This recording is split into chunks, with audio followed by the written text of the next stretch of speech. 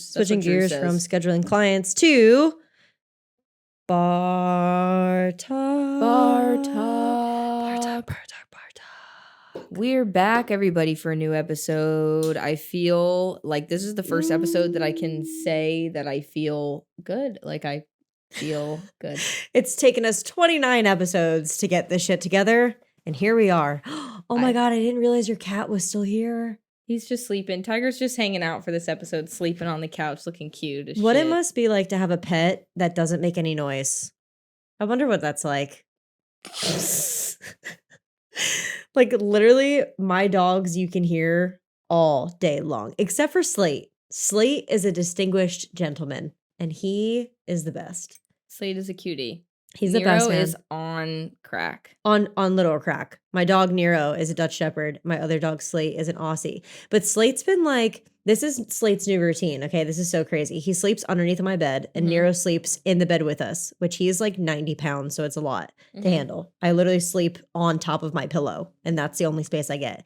But Slate's new routine is I wake up in the morning, I go to the bathroom, and he sticks his head in between my knees, literally, goes underneath from the bed, scurries out, sticks his head in between my knees and just like stares at me. And it's like 5 o'clock in the morning.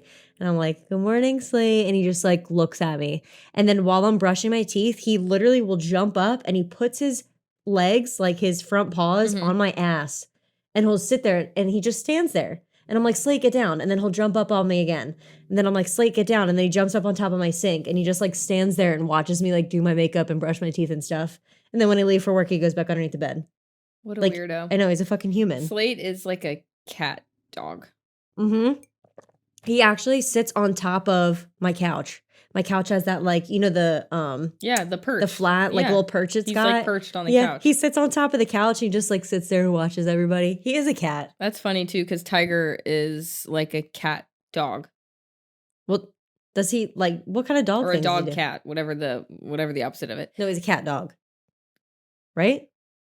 Yeah, my dog's a dog cat. He's a cat dog. You ever used to watch the show when you were a kid, Cat Dog?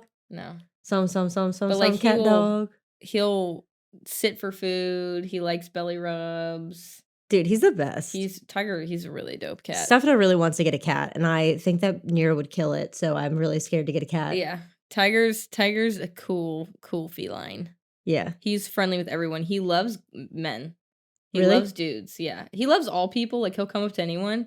But whenever dudes come over, if there's ever a guy that ever comes visit the house, Tiger's like, what's up, homie? Really? Yeah, I don't know why. He just likes dudes. I don't know if he had a dude owner that was dope or if he had a chick owner that was a bitch or what, but... Well, and Abigail has another cat too, but she doesn't like him. That's not my cat. That's not my cat. He's so cute. This makes me sound like I hate autistic people. Like, that cat's autistic though, but it's just like, it's so frustrating, man, because... Like, literally, though, like he's creep. Like, he sleeps with his eyes open, dude. Yeah, and he walks around with his tongue out all day. He's the cutest thing. He can't clean himself. Yeah, the cat can't clean itself. He throws up everywhere. He throws up everywhere. He shits it. Like, it's just so annoying. I know, but the cat is so cute. He smells. He's got drool. He'll have drool like hanging, and he's got a snarl tooth. He doesn't know how to close his mouth, so he'll be like. Walking around. He's like the bulldog of cats. Yes. Like, you know what I'm saying? Yes. Like, just stupid and runs into shit and has drool hanging from his mouth. But the cat is so cool. Like, will always come up to me whenever I'm in. But let me tell you something. Every single time I come to Abigail's house, if that cat's outside, it scares the living shit out of me. Like, it could be so cool and I could see it. I will literally see that cat sitting on your front steps. And as soon as I walk by it, the cat like happens to stand up or like come at me really quick. And it always scares the shit out of me for some reason. Tiger doesn't do that. I just am afraid that I'm going to run Tiger over because he sits in the middle of your driveway. Yeah, he just will chill until you start moving the car and then he'll move. I have to get out of my car and be like, get out of here. No, because I'm always so scared that he's going to stay there. He tests your ass. He does. He sees you coming.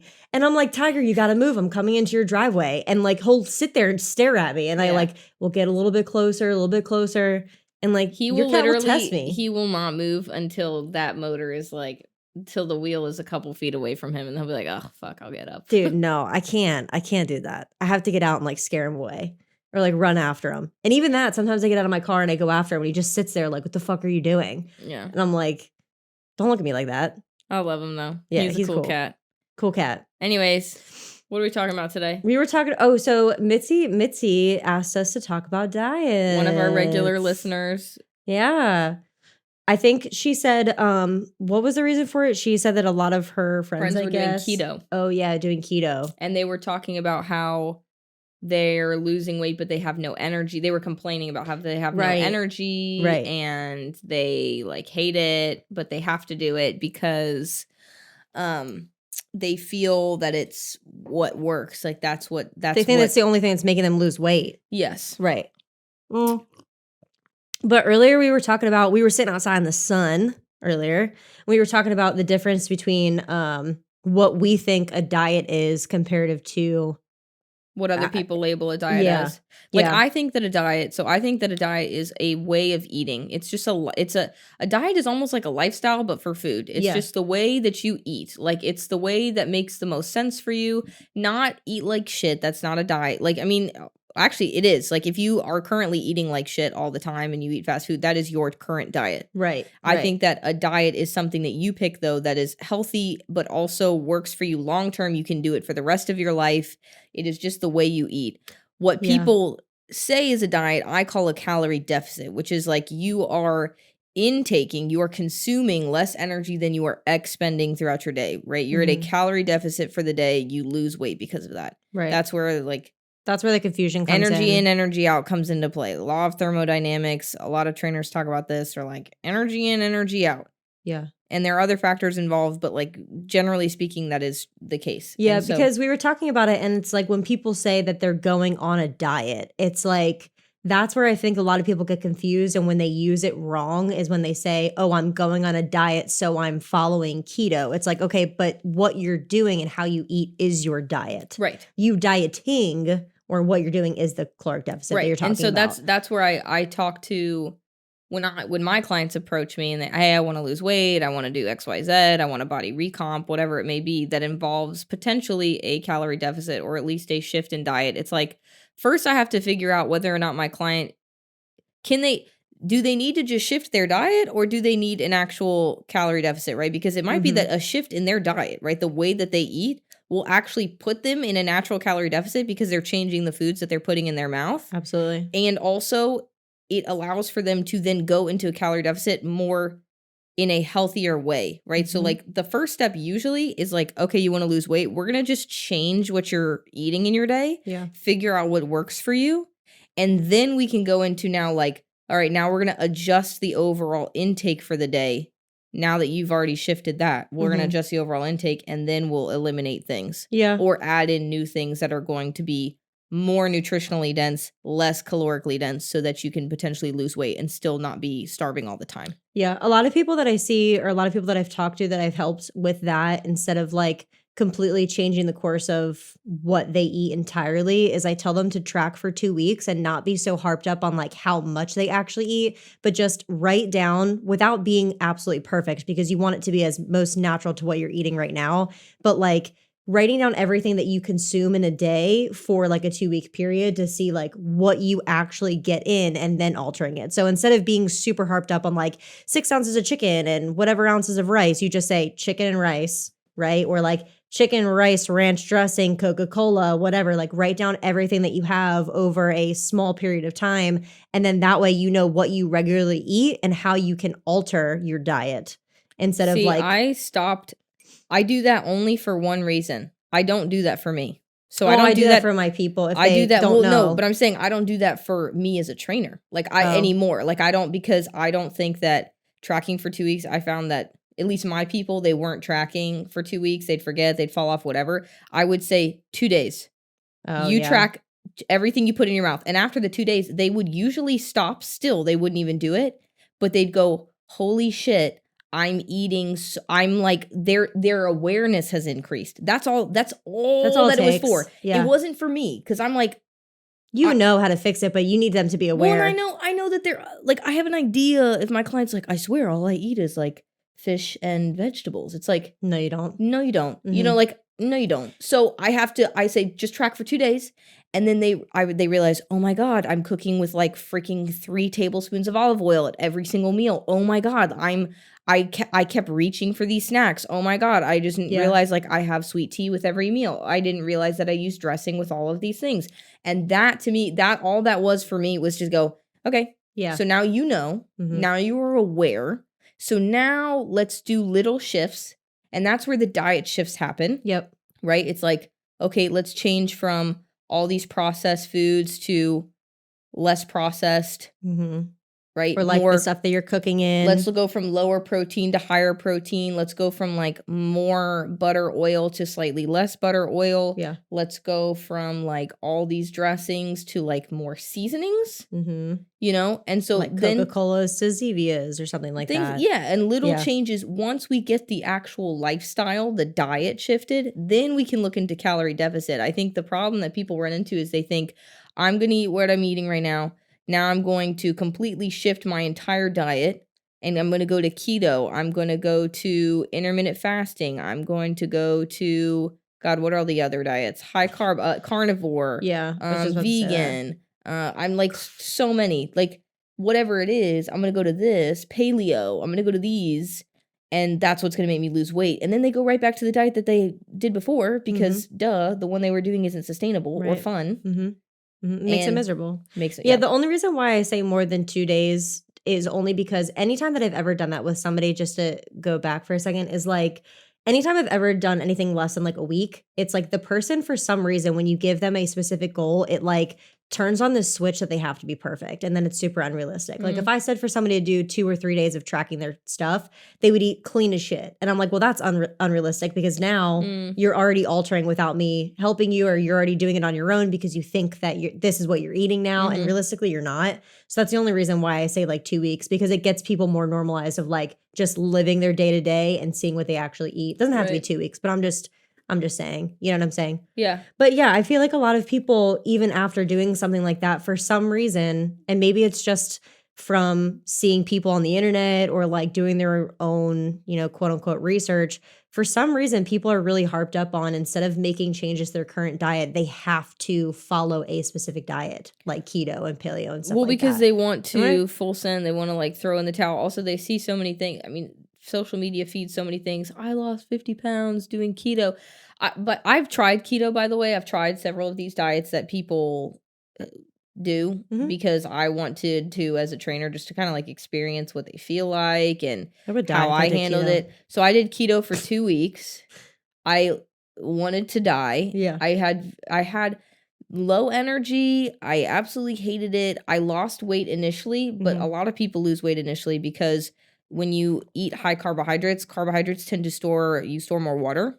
So a lot of the initial weight loss at the beginning of keto that gets people so excited is just water weight, because you're not eating any more carbohydrates, or you're eating very minimal carbohydrates. And then also the only reason that keto tends to work is because you eliminate all of the processed foods, like the carbohydrates that you tend to snack on. So all the pretzels or the chips or the whatever, you're not eating them anymore. You're eating things like meat and red meat, cheese. Yeah, I was just about to say cheese, oils, but like it's still whole foods, and also protein and fats tend to be more satiating. So you tend to eat them, get full, and stop before you like totally binge and just you're like, what the hell just happened? So people will lose weight that way. But really, it's like if you get to the heart of it, it's like, okay, it's not the keto that did it. It's like you fucking ate less because you filled you got full. So it's like maybe just start adding in more protein,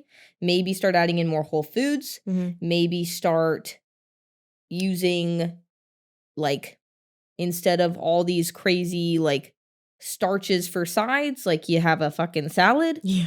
You know? Yeah. And I was going to say too, like at the end of the day, like, and I wouldn't necessarily count intermittent fasting as a part of this, but I feel like any of the diets that are out there, regardless if they're cutting out a major component of your macros or not, like is made to put you in a caloric deficit. So it's kind of like at the end of the day, they're all doing Well, yeah, because you're shortening the window of town. You're shortening the window of time that you can eat. So at the end of the day, every single quote unquote diet, which we're trying not to say, so maybe we got to think of another word for that. But every single attempt at a calorie deficit is just putting you in a caloric deficit. Well, That's no, it is what a diet, all their though. plan is. Every you know what single I mean? diet, every single way of eating that people have come up with, right? Whether it's keto or intermittent fasting or fasting or whatever it is, don't care. Right. They all have the same goal. All of it, they don't have the same goal because the diet is the diet. The diet is just a way of eating. The goal for most people doing the diet is to be in a calorie deficit. Right. And the only reason that those tend to work is because some people could do them sustainably. Like there's a very few people that really did. Like I loved keto and I lost a lot of weight and it was awesome and I can do it forever. Fuck carbohydrates. I don't even like them, whatever. There are people out there that are like that.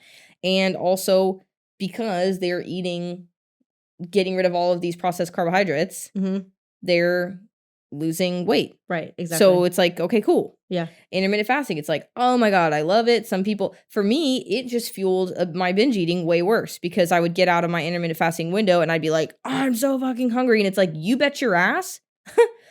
I can eat a lot in a 5-hour window. Way fucking more than people think I can. Oh yeah. Because I would still go over my calories because I wasn't tracking, but I betcha I went over my calories for the day because I was just like so ravenous. And so for me, it didn't work. But for some people, it's like, that's absolutely perfect. They love intermittent fasting. It's like, I don't get hungry until noon. I go to bed early, so I stop eating at 6. I have a 6-hour eating window. I have what's the rest of the fucking day? 18-hour. Yeah. And I was going to say intermittent fasting is kind of like the only one, to be totally honest, that I agree with or that I have done before, only because like I have pretty bad GI issues. So a lot of the times when I've gone to doctors, it's about like, you know, making sure that you have a specific window of time that you actually can digest before you go to bed. And so like there are different reasons for fasting that don't just have to do with you being in a caloric deficit. Whereas everything else is, if it's not sustainable, like just don't do it.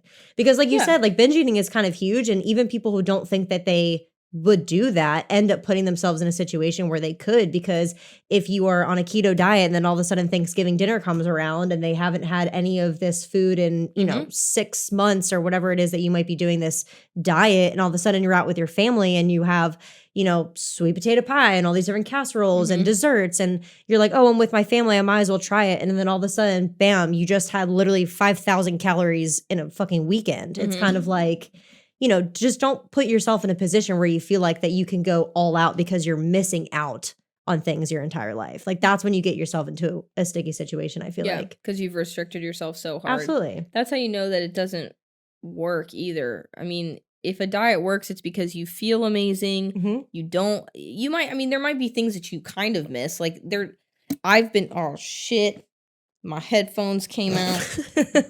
God damn it. Can I still talk? Is it still, we're still good? Yeah, you're still good. Your just headphones came out. I was unplugging from the system here. There are, what was I saying? Oh shit. I've been doing no gluten and very minimal dairy. Like if I do, I'll have like whey protein or I'll have chocolate, which will have milk in it. You can have whey protein. Are you sure? Very rarely. Are you sure? Yeah, I've had whey protein before and I've been okay. But I can't have it often. It has to be like once a month. Yeah, I was gonna say that's pretty heavy on my stomach. I do always plant-based protein. Yeah, almost always. Like pea protein. But if I go to like Smoothie King or something and I get a smoothie real quick, it's a whey protein. Yeah, and I'm fine. It doesn't suffer. I don't suffer too much. Yeah, totally. But I do like very minimal dairy and then no gluten. And so, yeah, of course I miss certain things. Like there are certain things I'm like, oh, wow, the donut sounds really good right now. But also at the same time, it's like, I know ultimately I feel way better doing it. It really helps me avoid the binging. And so I'm just like, this is something sustainable for me that I can do. And I have no problems doing it. Yeah. There are people in this world that are like, fuck no, I couldn't do that.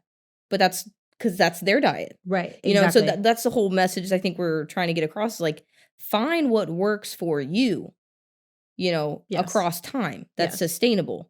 There are going to be days where you still go off your normal diet because there are times when you go off your normal routine, which is like, if I'm like, for example, I was in Atlanta last weekend. I went to a French brunch spot that my friends wanted to go to, and literally everything had bread and dairy. Like literally every food option was bread and dairy.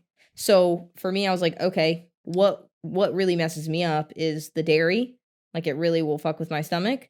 So I'm going to get like a bagel and lox, and I will get rid of some of the bagel and I'll eat only a little bit of it, and then don't put cream cheese on it. So like, but you know what I'm saying? Like you're still, it's like a give and take. I've still sacrificed my diet a little bit, but it didn't like fuck with me. It wasn't a problem. I wasn't in pain after. I didn't feel guilty after. Like you just get back on. Yeah. I think that's another thing is people will be like, I went off my keto diet. Everything's over. And then they're just like, shabam. And they're going off the rails eating like every potato in sight. Oh my God. I know. Totally. I'm very blessed that I've never really had that issue. We've talked about this before because we talked about it with Alana too in the last episode about how you guys are like the binge eating, you know, people. And I've just been, and I don't know if it's because I've had a fucked up stomach for just a really long time, but I know myself better, and like I can eat a lot and I can eat all day long and I will sacrifice for specific stuff. Like, listen, it's fucking Thin Mint season. Okay. Like it is, you know, Girl Scout cookie season. I will sacrifice for some Thin Mints and I will, you know, throw back some cookies. But I know that it's going to kill me later. But I also, in the back of my mind, like, I know that I can go and I have all these different tricks up my sleeves, like ginger mint tea and all these different things that, like, if I'm going to throw back some cookies, I know I'm going to be feeling it, but I accept it first. I ate the cookies. I feel like shit. And then I'm right back to my, you know, ordeal. But half of that, too, is like, again, the give and take of, all right, I know I want these, so I'm going to have them because I'm not going to spend the rest of my life avoiding Thin Mint cookies, first of all. Like, I'm just not going to do that, right? And second of all, I have things to get me back on track. So yeah, I might feel like shit for the day afterwards, but I know that I did that to myself and I accept it and I just keep going. Yeah. I'm not going to ruin my whole week because I had a couple Thin Mint cookies, you know? So if you find, the big thing is like find a diet that you can do pretty much all the time and live totally fine and be very happy with it. Your body feels good, you feel good, it's sustainable, it's reasonable. Then if you want to lose weight, take that and you can manipulate it different ways so that you can be in a calorie deficit on it. And if you ever go off routine, let's say there's some sort of situation where you either have to get off of your diet or it would be a huge hassle, like more of a pain to be on your normal diet than off of it. It's like, make a plan for it and be okay with that. Like, again, when I was in Atlanta, there was good luck being on the diet that I had at that restaurant. It's like, I could have been the asshole that's like, I just won't eat. I could have been the person that's like, no, we're not going here, we're going somewhere else. But I was like, I'll just make it work. Absolutely. Don't get cream cheese. Eat half of the bagel instead of the whole fucking bagel, stack the other shit on top and eat it and enjoy it. And it's like, there's the plan. And you don't feel bad about it. You're like, that was yummy. And now I'm going to go back on track. And, I think people have a huge issue with that because they normally don't like the diet that they've chosen. And so that's why it's so easy to get thrown off and go crazy because they don't actually like what they've picked. No, they don't like what they picked because it's miserable as shit. And it's not sustainable for them. Right. Yeah. Like, yeah, exactly. Another thing I was going to say too is like, you know, when Mitzi first texted us about her friends that like are super tired, we're talking about like your day-to-day diets right now, but there are a lot of people that go to the gym for specific things and like, or maybe they enjoy specific things, which puts you in a position to have to eat specific things. And when you cut them out, it makes it even more miserable. So for example, like if it's me and I'm running OCR races or I'm running 15 miles. Good luck doing keto. Good luck doing fucking keto, right? Like my life would be, first of all, miserable because I would be starving and tired and I would have no energy and I would see no progress and whatever. And also I wouldn't be a good athlete because I would not be able to eat to perform. You know what I'm saying? Yeah. So you're putting yourself in a position where like you're following this diet that's not actually working for the lifestyle that you want to lead. So if you're in a position where like you go to the gym and you enjoy running or like you go to the gym and you enjoy lifting, there are different things that you have to do to be able to sustain the type of performance that you want to have. So you can't just pick a day-to-day diet and say that that's it. Like, you have to actually know what you enjoy and then also tailor your diet around that as well. Yeah, like the way that my body is and the way I enjoy food, I could honestly operate off of a very simple, like, veggies, meat, and fats. Like, I really honestly don't. I like carbs, obviously. I think everyone likes carbs, especially processed carbs. They're naturally addicting. But I don't really need them, and I don't really crave them like some other people do. And so I have to, but I'm in it. I have to eat them. Right. Like, I'm lifting, I'm training jujitsu. I need carbs in my day. They're a very important energy source. I guess we should explain why carbs are an important energy source. They get stored in your. They're more rapidly converted into glucose in the body to be used for energy. And primary energy source. Yes. And so it just takes longer for fats, definitely much longer, and not ideal for proteins to be converted into a viable energy source for activity, for exercise. So carbohydrates are actually really important, like pre and post workout. That's usually where I put my carbohydrates around, because I don't really want them all day long. So like, I will pre-workout have a banana or a honey stinger or some kind of carbohydrate. After workout, I'll have some sort of protein and rice. And then usually for dinner, I'm looking at like the normal meals that I really enjoy, which is like a protein and a veggie and something like that, because that's what I really like. I'm carbs all day. She's so yeah, but that's her diet, I'm right? Carbs all She's day. Like, I want freaking potatoes. Give me all of the potatoes and pancakes. This and Italian, this Italian broad over here. Yeah, just give me all of the pasta. Needs the carbs. Yeah. So that's just where we're different. But again, like, you find what works for you and your lifestyle, and you tailor that to whatever your goals are. Absolutely. Like I always tell my clients, I say most people operate really best off of just a normal diet, an even distribution of like carbs, proteins, fats. Usually it's like something along the lines of like 30% protein, like 30 to 35% carbohydrates, 30 to 35% fat, sometimes a little less fat, sometimes a little more carb, depending on my person and what they prefer. But like, all I say is like, just keep eating what you're eating. Let's just, instead of like let's cut the rice, let's add in cauliflower rice. Let's cut the olive oil. Let's add a spray. Like, let's add more protein, right? Because you're cutting, and I don't know what else. Like, let's, instead of doing a huge thing of potatoes, like do like a chicken and veggie pot sticker. So you're getting a little bit more protein in whatever carbohydrate source you're choosing. Things like that. All of that helps. Eat a shit ton of vegetables, right? So whatever meal you're eating, if you have like a lower portion size of rice, you're not putting as much olive oil in your foods. It's like, okay, let's add a shit ton of vegetables. So you're still feeling very satiated. All of those things are quick fixes. Instead of eating a banana, eat a bunch of watermelon.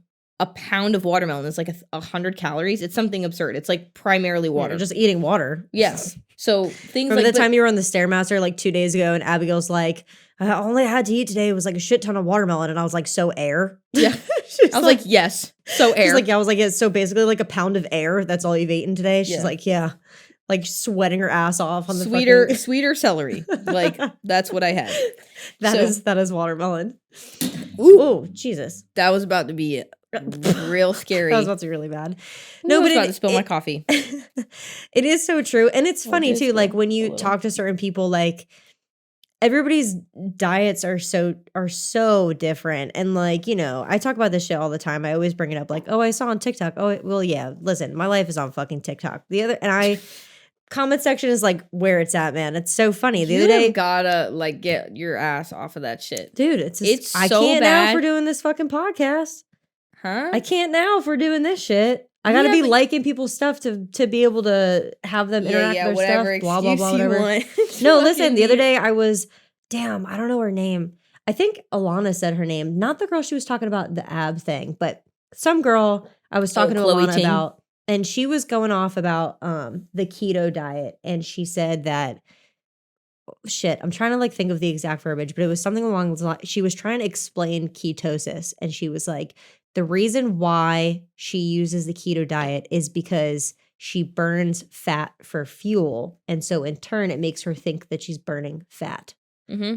And I'm like, yeah, well, that is the state of ketosis. But if you are like on keto for a week and then you're off keto for a week and then you're on keto for a week, it's kind of like you're not necessarily doing that. Like you're not following the keto diet. Also, the whole like fat burning zone thing is not really, it doesn't mean you're going to lose more fat. Right. It's just you're using that for fuel. It just means that, and also usually if you're deconditioned, you're actually still really, your system's really inefficient. So you're still actually primarily using glucose that has been stored via carbohydrates that's readily available. Now, an athlete like Trass, she's going to have, for a more prolonged period, like actual energy systems via fat stores be used first. And then as she gets to higher intensities, then the glucose stores will kick in and she'll start burning or using glucose from carbohydrates. Yeah, I wouldn't say burning. But that's because she has a more efficient system because she's been training for a very long time, right? You want that, but it still doesn't mean you're burning more fat. Like the higher intensity exercise where you are, in quote, burning carbs, you're still using overall more energy. You're expending overall more energy. Your body is thus having to recover greater. Your metabolism is working harder. Yeah. And that is going to lead to greater fat burn. Yeah, I was like, wow, what a bad way to explain to the general public that you're burning fat because you're in the state of ketosis. Like, no, that's not, I mean, yes, being in the state of ketosis means you're burning fat, but it's for energy, not burning fat. Like not burning the fat on your body. Yeah. You know what I'm saying? Overall, the carbs and the protein and the fat thing is, it's not negligible. But when it comes to weight loss, it is. It's literally energy balance. So it's like, it doesn't matter if you're eating only fat and protein. If you are eating more than you are expending, you will not lose weight. Right. That's just how it goes. So like eating more fat doesn't help you like burn more fat. Right.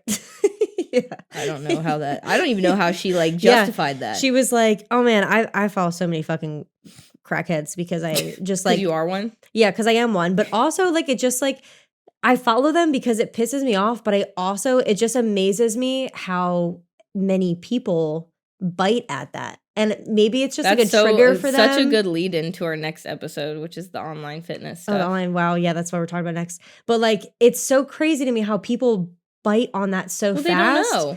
Well, it's not that they don't know, but it's almost like that they use the right verbiage that they, like I said, they think that they are literally taking the fat off of their stomach and just like go away. Yeah, and it's like, well, that's not. Yeah. It's like wow, that sounds nice. Yes. You know? Duh. So I would love, if I could spot reduce fat, bro, I would be the sexiest bitch. Are you kidding me? Dude, I would have a skinny fucking mini waist. But you can't spot reduce fat. No. You just can't. Yeah. That's not possible. Oh, I wanted to go before we end this is also talk about the physiological stress that's created by a calorie deficit. So like for anybody that is wanting to be like, okay, cool, diet, calorie deficit, I see the difference, I'm going to figure it out, blah, blah, blah. Okay, cool. Now I feel like shit, right? Yeah, you feel like shit because being in a calorie deficit is a physiological stress to your body. Yes. Like I was talking about that on a Q&A that I did a while ago on my Instagram story. And somebody was saying, when is a good time to cut weight? And I would say, I responded and said, find a time when you like work, family, whatever is the least stressful, which there's always gonna be stress in life. But like the most ideal time is like when you have the least amount of other stresses, because when you're in a calorie deficit, it's just another stress to your body. You're going to feel more tired. You're going to feel more lethargic. Your cortisol is going to increase. Your leptin, which is like your satiety hormone, is going to decrease. Your ghrelin, which is your hunger hormone, is going to increase. You're going to not feel too great. You're not going to feel bad, especially if you cut the right way and in a smart way and you have somebody helping you if you don't understand how to do it. But you're still not going to feel fantastic. Like I chose the worst time to cut because I thought I was going to have a tournament that I had to cut for, and my schedule was the busiest it had ever been. The holidays had just been ending. Stuff with BarTalk was going on. I was traveling. So it was just like, it was absolute one thing on another, it was chaos. And your body wasn't able to keep up. So so my body went into straight up burnout mode, and I actually wasn't even able. My weight wasn't coming off the way that it should have because I had such high cortisol that it was harder for me to lose the weight. Right. The second that I was like, fuck this, my competition ended up not working out anyways, and like I'm gonna just eat a little bit more and rest, dude, I dropped 3 pounds. Mm-hmm. And it wasn't necessarily because it wasn't because I went from eating nothing and I went into starvation mode and then I started eating more or whatever. It was just because my body was so stressed.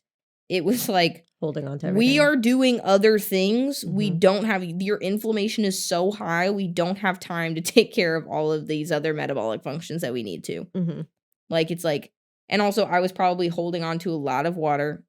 My digestive system was not working properly. I told you that when we were in LJ. That's exactly what we were talking about when we were we were like, how do these bitches that we see never get bloated, especially when they're stressed? Like, we're out here like two of the biggest stress balls, and we were like, we just knew like we were holding on to so much because we were like so high strung and so stressed and holding on to all that water weight. And like, we both just felt like, obviously we didn't see it because, you know, your own worst critic. And I'm looking at her like, you look totally fine. She's looking at me like, you're high as shit. I don't know what you're even talking about. But we both felt it. You know, you felt heavy because we were holding on to so much. And then as soon as we came back and everything was good, we're like, wow, this is great. I felt very lean. Like, you feel like 5 pounds lighter. Yeah. So just a warning for everyone, like, you're not dying, you're going to be fine. But before you decide to do like a crazy aggressive calorie deficit, maybe think again and be like, okay, let me do something more reasonable because your stress is going to increase. Not just the perception of I'm stressed out, like your body will go into an actual state of stress. Like literally. Your whole body will respond to the calorie deficit that you put it in. So just keep trekking. You'll be okay.